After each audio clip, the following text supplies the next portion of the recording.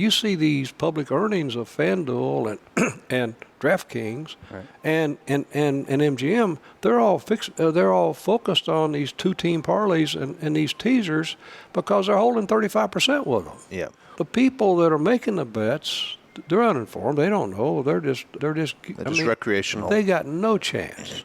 Recreational's fine. Again, as I put in the book, if you're going to bet on sports, to me, you set aside whatever amount of money you feel like you can afford to lose, because you're probably going to lose it, and you look at it as an entertainment, and you bet on it and enjoy it. Betting on sports is fun.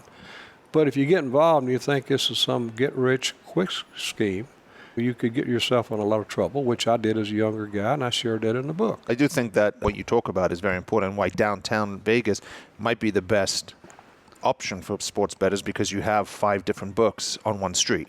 So at least you can shop those odds. If you're on the strip, it's going to take you 2 hours to get to 5 different books. Right here, you got William Hill, you got Circa, you got FanDuel, you got Stations, you got Golden Nugget.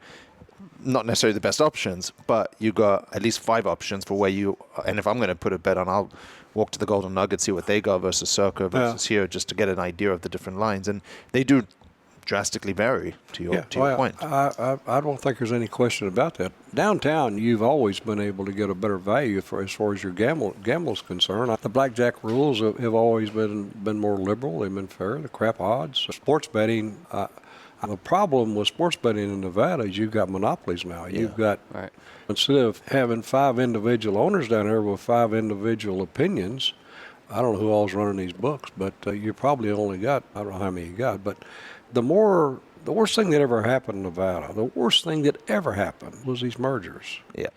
This town would be, if you had 25 owners today, or 30, this town would be so much better off than it is. It wouldn't even be close. Yeah. As far as the state's concerned, as far as the customer's concerned, and everyone else. It's just because what happens when you got no competition, that's how you end up with this kind of pricing. If you got a huge presence and a customer doesn't have any choices, you can charge a guy $1.35. Right. If he's uneducated, he doesn't know what the right price is or how to figure it, and then on top of that, if he has no other choice, he's got to pay it. Yeah. Did you ever bet at the Union Plaza, as you call it? Did you ever deal with Jackie Gorn? Because Jackie Gorn's someone that I look up to as a mentor, someone that I thought was one of the best operators in town. And rightfully, Jackie was a bookmaker from Wichita, but I came here many years ago when Johnny Quinn was running a sports book. So, this was the place. Bob Martin, Johnny Quinn.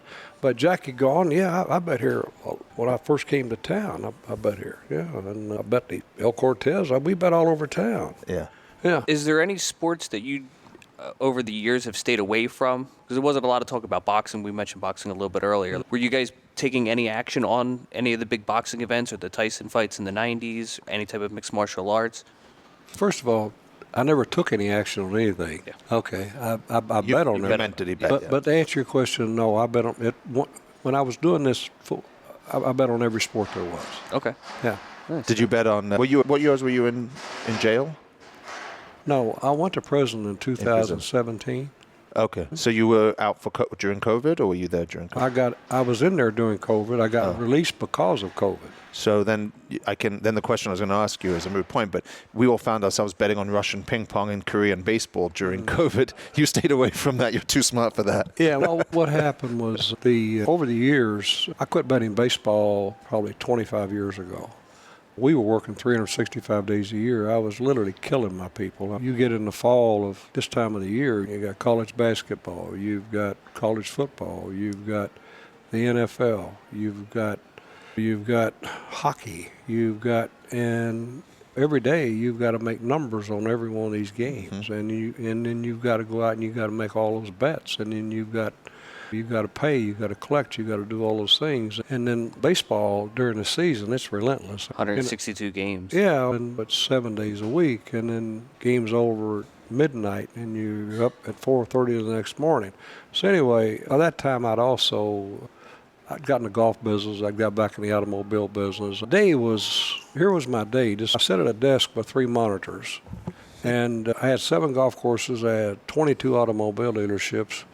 And so on that computer, anything pertaining to any businesses I got about 150 emails a day. Those things came in. And then I had a middle monitor that had had all the real-time odds on sports. I use Spank Odds today, which I think Spank Odds is hands down the best one there is today. But I had the real-time odds on every sports book, literally, not every, but every sports book in the world. And then I had a Bloomberg terminal on the right side that I tracked all of my stocks and commodities and things I was doing with that. All day long, every day, I was either answering those emails, answering calls from the guys that ran the stores if something came up, because I answer my own phone. I don't have an assistant. And then I was betting sports. I was giving orders to the guys in the office with sports, tell them what to do and when to do it.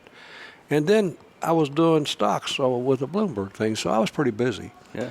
And then so I decided I had to quit the baseball because, like I said, I was killing everybody. And then I cut it back. I was only doing basketball and football, and then finally I ended up quitting basketball and I got down to where I was doing nothing but football. When I realized I was going to be indicted in the Southern District of New York, I quit. When I quit, I had an office in Panama City, Panama, with a lot of employees. I had 1,600 accounts. We were betting worldwide.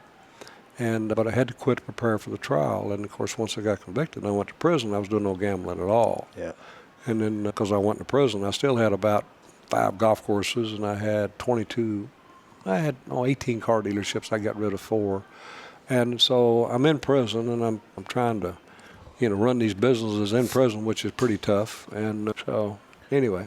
It saved you having no sports to bet on. We all went crazy for those 3 months when there was no sports to bet. That's when I took up golf. It was the pandemic. Yeah, good. Do you have any sports that you found to be the most profitable?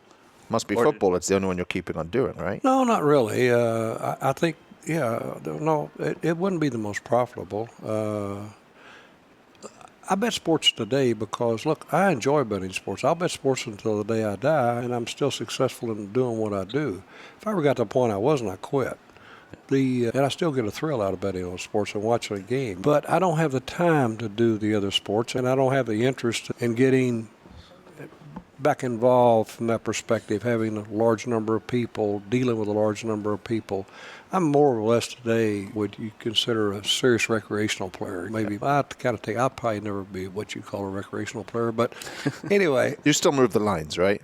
When you bet, it still moves the lines? Yeah, probably moves a little bit when I bet on a game. Yeah, it probably does. But I've still got a couple car dealerships, and then I still have a major presence with what I do with stocks, and then I do sports. Yeah. I do football, and so I got enough to keep me busy. So, Billy, can you even imagine 40 years ago that in 3 months that we're going to host the Super Bowl in Nevada with all the sports betting and everything else of where this city was 40 years ago, that now the NFL and all major sports have embraced the sports betting, and now we have slot machines that are NFL branded? No, it's something that I'd always hoped for, Yeah. and I could never understand why, but finally we came out of the dark ages. You look at Europe, you look at any part of Europe over there, Major League Soccer, that's the way they've treated Major League Soccer for years and years and years. There were some crazy laws passed in the 60s by when Kefauver was there and some of those guys, and they were old arcane laws and things. We were in dark ages here for a long time. So answer your question, no. Deep down, I'd always hoped that things would change, and like I said, I'm really proud to see that one of my dreams has actually come true. So there's no reason why they shouldn't. Sports betting is so transparent. Some people will tell you they're concerned with the legitimacy of these games because of the money. That's got to be the least of your concern, because I can tell you right now, if there's anything going on with a sporting event, that's something you cannot hide. It's not like Wall Street. It's not like anything else. The market's so small. And if you see, there was a game actually last Saturday that I saw that I'm still looking into, and it was the New Mexico UNLV game. And there was line movement on that game like I've never seen. And that game was like 9 on Friday, went to 11 on Saturday, and I saw that game close as high as 17. And for no rhyme or reason. And I've been, But isn't there must be something to do with perfect information. And I'm sorry, we're going way over here. But like the Browns game last weekend, they're -8. And then Deshaun Watson's playing. Somebody must have known he was going to be healthy. Now they're -12. Yeah. right? That's perfect information. If you know that the -8 is going to be a great bet, who's getting that Well, information? frankly, when the game was -8, I knew then he was likely to play. I don't know why people were so surprised when they announced it. One thing about the NFL, it's the most transparent thing in the entire world. If you do any work at all, anybody should have known that the chances of Deshaun Watson playing were pretty daggum good.